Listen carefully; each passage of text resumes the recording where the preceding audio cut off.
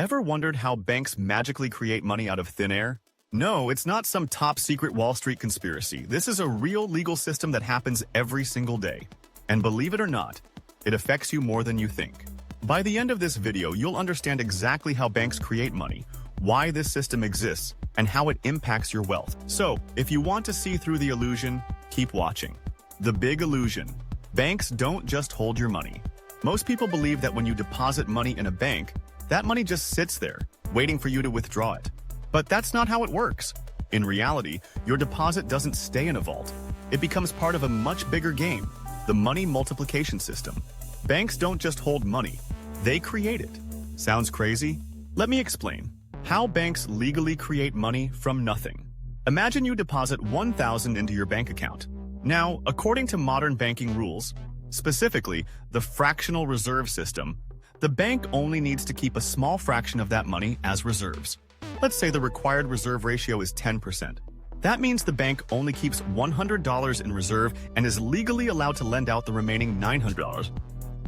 But here's where the magic happens. The person who borrows that $900 doesn't just keep it under their mattress. They deposit it into their own bank account, maybe at a different bank. And guess what? That bank now considers the $900 a fresh deposit. So it keeps 10% in reserves, $90, and lends out the rest, $10. This cycle repeats over and over.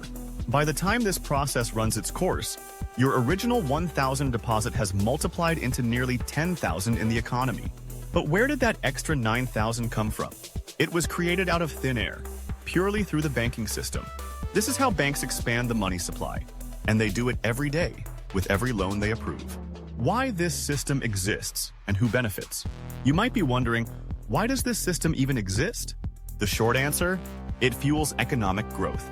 If banks could only lend out what they physically have, the economy would move at a snail's pace. Loans would be rare, businesses wouldn't expand, and most people wouldn't even be able to buy a home or start a business. So fractional reserve banking keeps money flowing. It also allows governments and central banks to control the economy by adjusting interest rates and reserve requirements. But here's the catch. It benefits banks the most, because every time money is created through lending, banks collect interest on money that didn't even exist before. And that interest? It's pure profit. The hidden risks, why this can backfire. If creating money out of nothing sounds too good to be true, that's because it comes with serious risks. Risk 1. Debt-driven economy. Since most new money enters the economy through loans, our entire system is built on debt. The more people borrow, the more money exists. But that also means if people stop borrowing, the system slows down, sometimes crashes. Risk 2. Inflation. The more money banks create, the weaker each dollar becomes. This is why your grandparents could buy a house for $20,000, but today, that won't even get you a new car. Risk 3. Bank runs.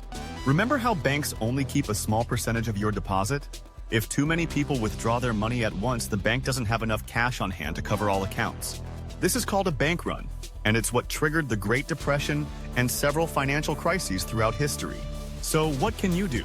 Now that you know the truth, how can you protect yourself? Diversify your wealth. Never put all your money in one place. Stocks, real estate, commodities, spread it out so you're not 100% dependent on banks. Understand inflation. Inflation isn't just rising prices. It's the silent destruction of your purchasing power. Invest in assets that outpace inflation. Know the game.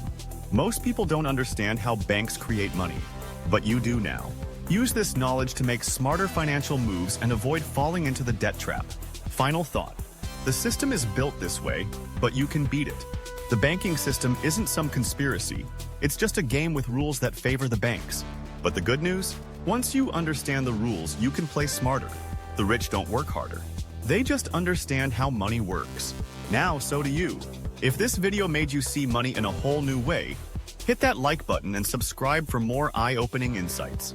And hey, what do you think? Is this system fair, or do you feel like it's all just a big game rigged against us? Drop a comment below. I'd love to hear your take. Until next time, stay smart, stay ahead.